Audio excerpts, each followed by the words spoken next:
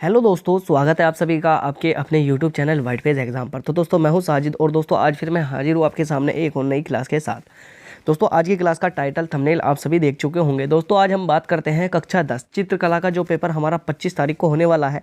ये दोस्तों उसका एक ही मॉडल टेस्ट यानी ये दोस्तों मैंने बोर्ड की साइट पे से डाउनलोड करा है और दोस्तों आज मैं आपको इसे हल कराऊंगा। यानी हमें किस टाइप से अब पढ़ना है, जो कि हमारे कला में दोस्तों 20 नंबर की हमें आपके ओमार सीट फिलिप करनी पड़ेगी। इसमें जो हमारे 20 नंबर लिखित के हैं, तो दोस्तों जो हमारे 20 के 20 वे पक्के हो जाए और दोस्तों हमारे यानी दोस्तों बच्चे क्या नाम लिख रहे हैं 50 नंबर। दोस्तों 50 नंबर हमारे किसके ओमार के, उसके जो हमारा पेपर होगा उसका यानी टोटल 70 नंबर का पेपर होगा।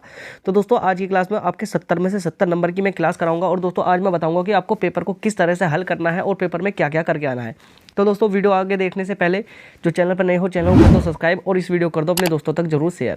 तो दोस्तों मैं आपको एक बात और बता दूं वीडियो में आगे बढ़ने से पहले कि हमारे जो ओमार के दोस्तों कुछ क्वेश्चन तो मैं इस वाले में कराऊंगा। दोस्तों 40 क्वेश्चन इसमें है और दोस्तों फिर हमारा 120 क्वेश्चनों की एक सीरीज है यानी महा मैराथन क्लास है। दोस्तों मैं उसे आज ही अपलोड कर दूंगा अपने चैनल पर, तो दोस्तों आप उसे वीडियो को जरूर देख ले।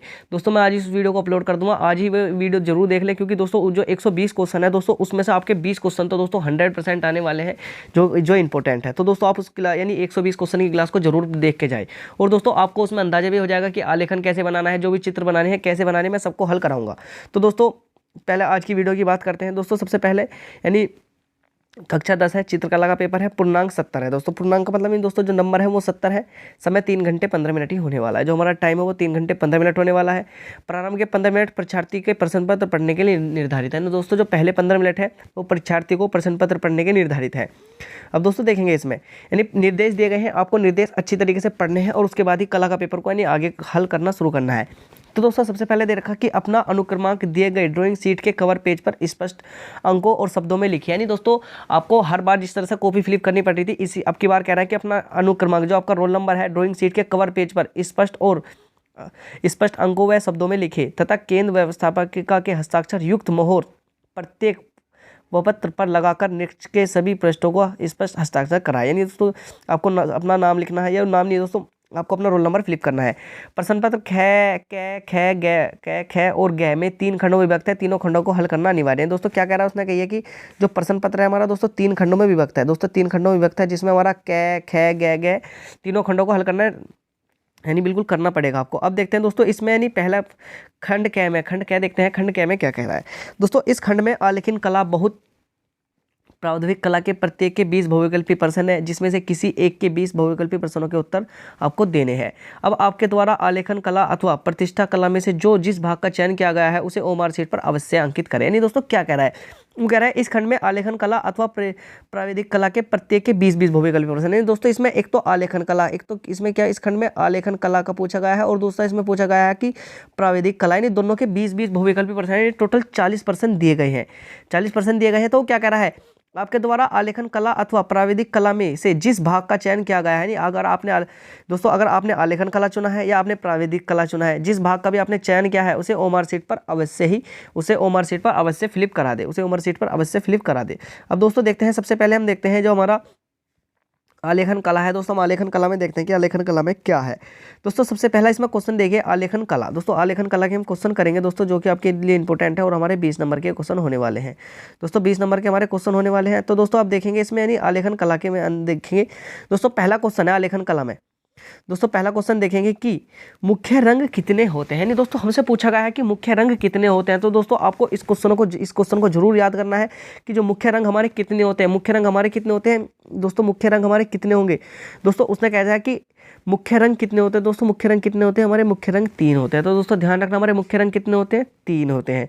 तो दोस्तों ध्यान रखना मुख्य रंग कितने होते हैं, 3 होते हैं। अब दोस्तों अगला क्वेश्चन देखेंगे शीतल या ठंडा रंग कौन सा है। यानी शीतल या ठंडा रंग कौन सा है, दोस्तों जिसे देखकर हमारी आंखों में ठंडक महसूस होती है। जैसे दोस्तों हरा हो गया, जैसे नीला हो गया, नीला जैसे आसमान का रंग होता है दोस्तों, और या सफ़ेद हो गया जैसे पानी का रंग होता है। इन्हें देखकर जब हमारे जिन चीज़ों से हमारी आंख को ठंडक पहुँचती है उन्हें हम यानी उन्हें शीतल रंग कहते हैं। तो कौन सा हो जाएगा दोस्तों, इसमें हमारा हरा हो जाएगा, इसमें हरा हो जाएगा। अब दोस्तों अगला देखिए, अगला कह रहा है कि निम्न में से कौन सा गर्म रंग है। यानी दोस्तों जिस चीज़ को देखकर गर्म किस चीज़ का, जैसे आग होगी, आग का रंग कैसा होता है, लाल। तो दोस्तों लाल कैसा रंग होगा, लाल जो होगा हमारा कैसा, लाल दोस्तों हमारा यानी गर्म रंग होने वाला है। अब कह रहा कि ओस्टवाल्ड चक्र में कितने रंग होते हैं। यानी ओस्टवाल्ड चक्र में कितने रंग होते हैं। दोस्तों ये पूछा गया 8 होंगे, 7 होंगे, 6 होंगे, 5 होंगे। तो दोस्तों जो ओस्टवाल्ड चक्र होता है उसमें कितने रंग होते हैं, उसमें 8 रंग होते हैं। तो ओस्टवाल्ड चक्र में कितने, 8 रंग होने वाले हैं। अब दोस्तों देखते हैं अगले क्वेश्चन पे चलते हैं कि अगले क्वेश्चन में क्या कह रहा है। दोस्तों अब देखिए प्रश्न नंबर 5 कह रहा है कि निम्नलिखित में से द्वितीय रंग कौन सा है, नारंगी है, लाल है, पीला है, नीला है। दोस्तों कह रहा है कि द्वितीय रंग कौन सा है, तो दोस्तों जो हमारा नारंगी होता है ना वो कौन सा रंग होता है, वो हमारा द्वितीय रंग होता है। नारंगी कौन सा होता है, द्वितीय रंग होने वाला है।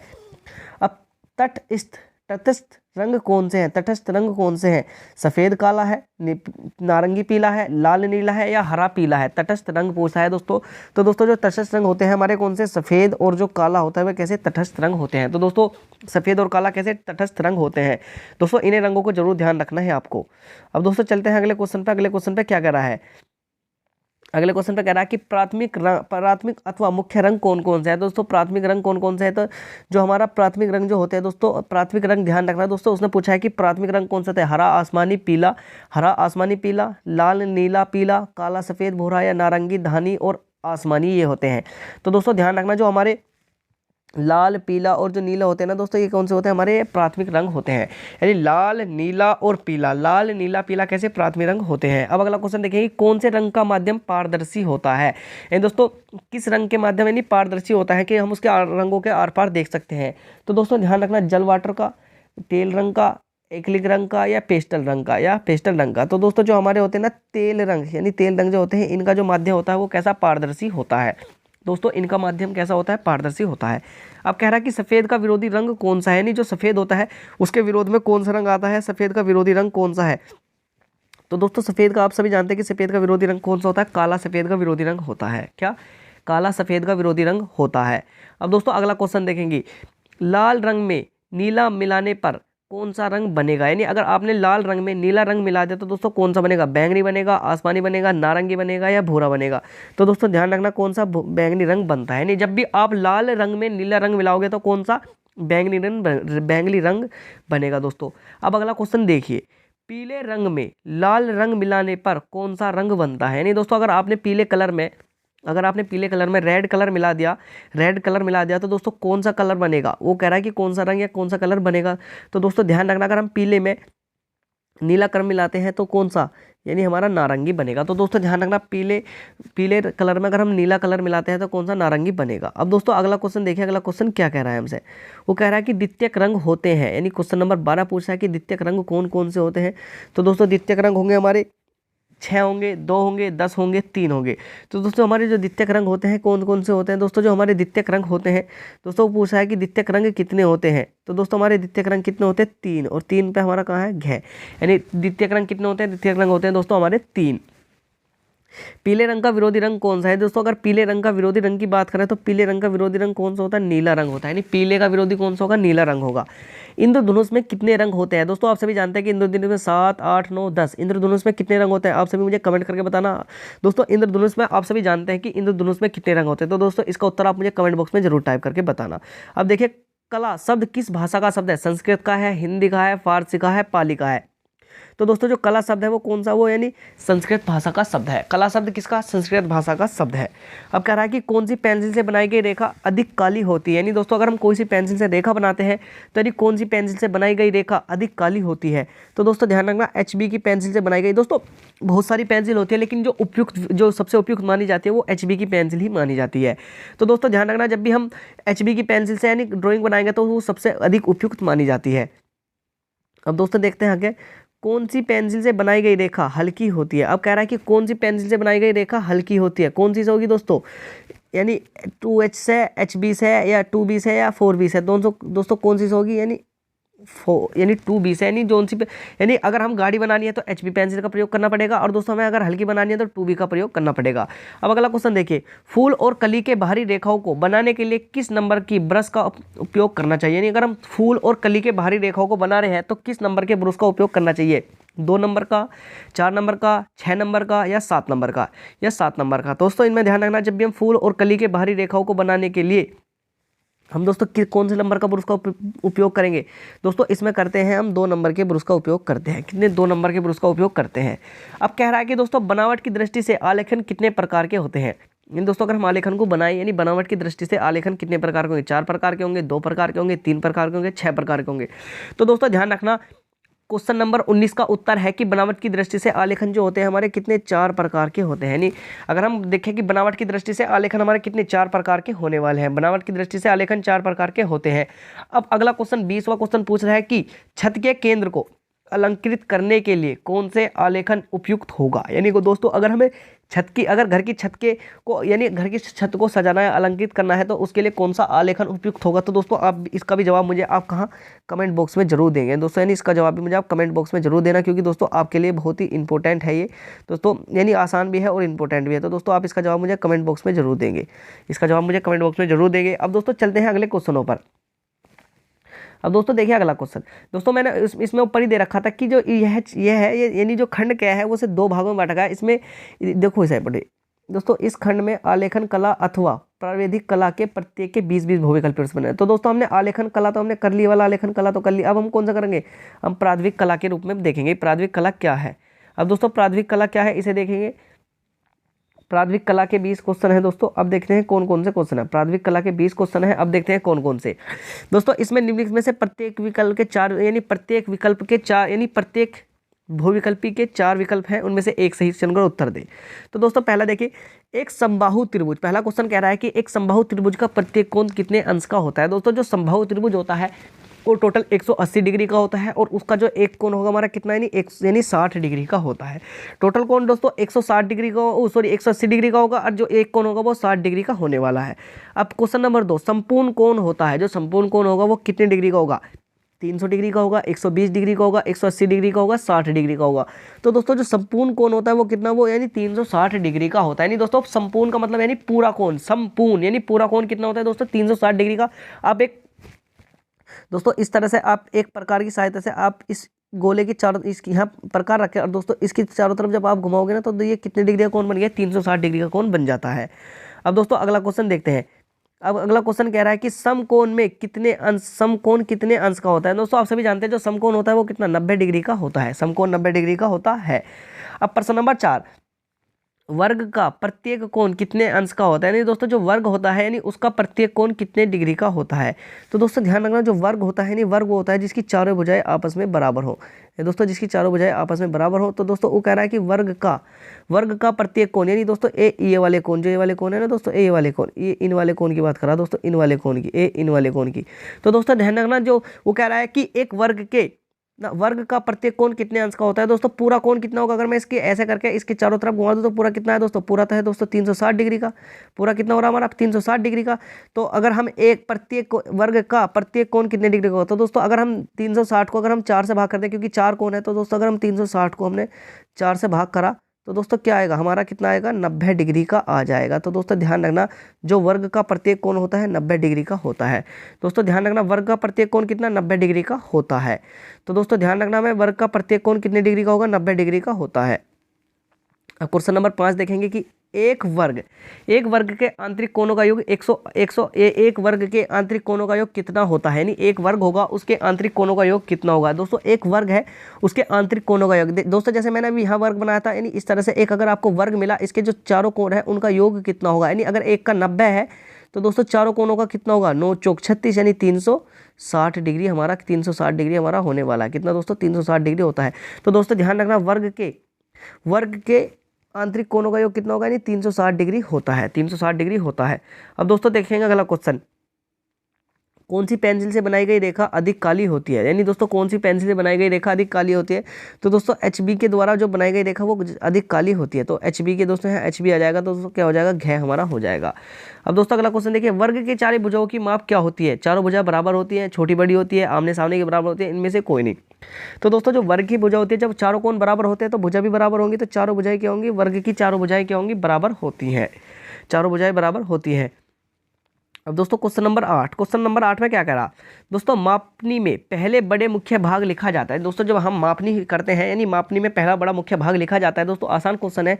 तो दोस्तों वो कह रहा है कि जो मापनी में पहले बड़ा मुख्य भाग लिखा जाता है उसका यानी अब क्या लिखा जाएगा। दोस्तों इसका जवाब मुझे कहाँ देंगे दोस्तों, कमेंट बॉक्स में देंगे। दोस्तों इसका जवाब कमेंट बॉक्स में देंगे, और दोस्तों अगर जिस छात्र को ना आए वो मुझे कमेंट कर देना दोस्तों, मैं इसका उत्तर उसे स्टूडेंट को दे दूंगा कि इसका उत्तर क्या होने वाला है। इसका उत्तर क्या होने वाला है मैं बता दूंगा दोस्तों, अगर आप पे नहीं दिया गया, लेकिन दोस्तों पहले आप कोशिश करेंगे कि इसका क्या जवाब होने वाला है, मुझे कमेंट बॉक्स में जरूर देना। अब अगला क्वेश्चन है कि 1 मीटर में कितने सेंटीमीटर होते हैं। कह रहा है कि 1 मीटर में कितने सेंटीमीटर होते हैं। तो दोस्तों मैंने बताया था कि जब भी मीटर को सेंटीमीटर में बदलना हो तो दोस्तों उसमें 100 से गुना करते हैं, और जब भी सेंटीमीटर को मीटर में बदलना हो तो 100 से भाग करते हैं। तो दोस्तों 1 मीटर में कितने सेंटीमीटर होंगे दोस्तों, 1 मीटर में कितने होंगे हमारे 100 सेंटीमीटर होते हैं। 1 मीटर में कितने 100 सेंटीमीटर होते हैं। अब दोस्तों यानी 10th वाले नंबर का क्वेश्चन देखते हैं।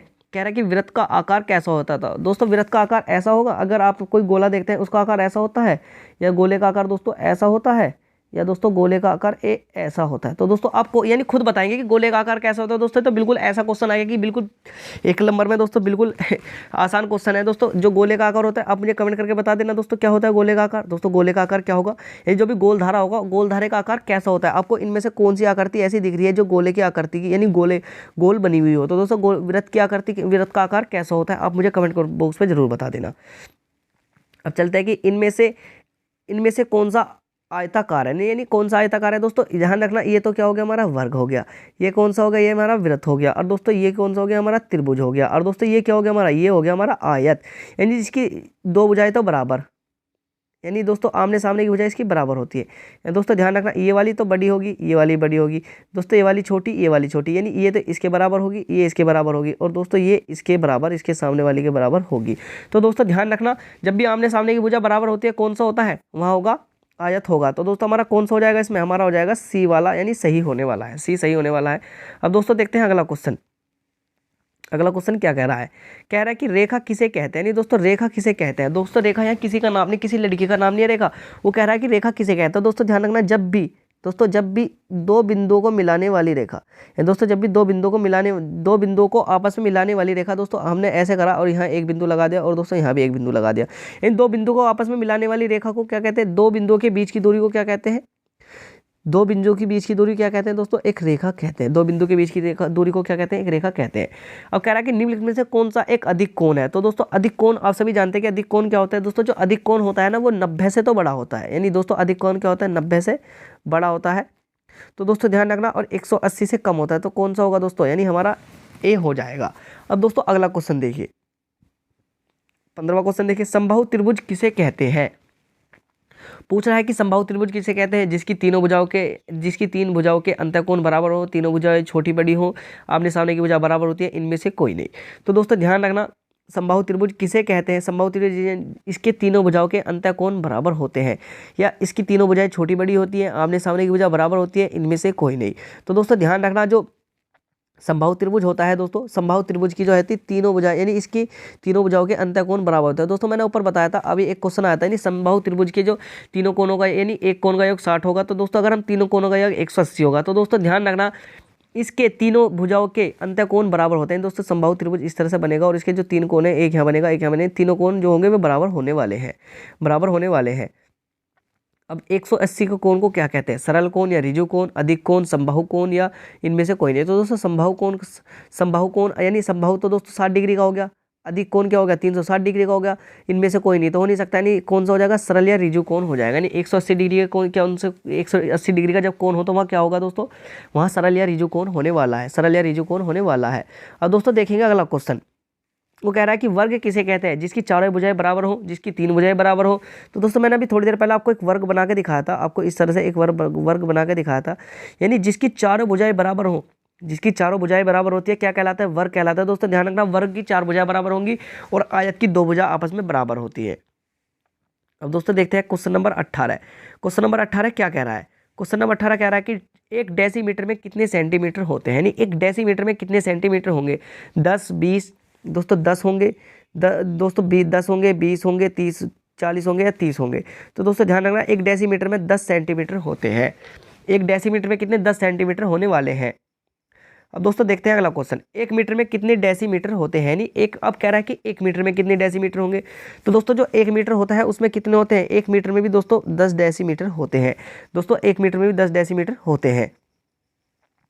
कौन सी पेंसिल से बनाई गई रेखा सबसे हल्की होती है, यानी दोस्तों किस पेंसिल से बनाई गई रेखा सबसे हल्की होती है। दोस्तों जो 2B की जो पेंसिल होती है ना, उससे बनाई गई रेखा सबसे हल्की होती है। तो दोस्तों इसमें कौन सा हो जाएगा, इनमें से कोई नहीं, इसका उत्तर हो जाएगा। अब दोस्तों हमारे बहुविकल्पी क्वेश्चन थे दोस्तों, जो हमारे 20 नंबर के क्वेश्चन थे, मैंने 20 और 20 प्लस यानी आपको 40 क्वेश्चन कराए हैं दोस्तों। इसमें से ही आपकी परीक्षा में लगभग 10 से 12 क्वेश्चन मिलेंगे। और दोस्तों अगर आपको पूरे क्वेश्चन करने हैं दोस्तों, आपको 20 के 20 सही करने हैं, तो दोस्तों हमारी जो 120 क्वेश्चनों की महामैराथन है दोस्तों, उसे जरूर देखें। तो दोस्तों उसके लिए हमारे चैनल को जरूर सब्सक्राइब करके रखें और बेल आइकन को भी दबा के रखें। और दोस्तों आज वो वीडियो आ जाएगी, शाम तक मैं उस वीडियो को अपलोड कर दूंगा। अब देखेंगे दोस्तों अगला क्वेश्चन, खंड ख। खंड ख देखते हैं कि खंड ख में क्या पूछ रहा है वो हमसे। खंड ख में उसने पूछा है कि चित्र खंड ख के प्राकृतिक दृश्य चित्रण अथवा आलेखन कला अथवा प्राविधिक कला में से केवल एक का ही चित्रण करना है। अब दोस्तों किसका चित्रण करना है उसे देखेंगे। वो उसने दिया है प्राकृतिक दृश्य, दिया है एक प्राकृतिक दृश्य करके दिया है, इसे देखेंगे क्या करा, यानी पढ़ेंगे इसे। दिए गए ड्राइंग की सीट पर 22 गुना 18 सेंटीमीटर, यानी दोस्तों 22 तो लंबा हो और 18 सेंटीमीटर चौड़ा हो, सेंटीमीटर के आयत में ग्रामीण सूर्योदय का चित्रण कीजिए। यानी दोस्तों आपको इस तरह से आपको एक करना है दोस्तों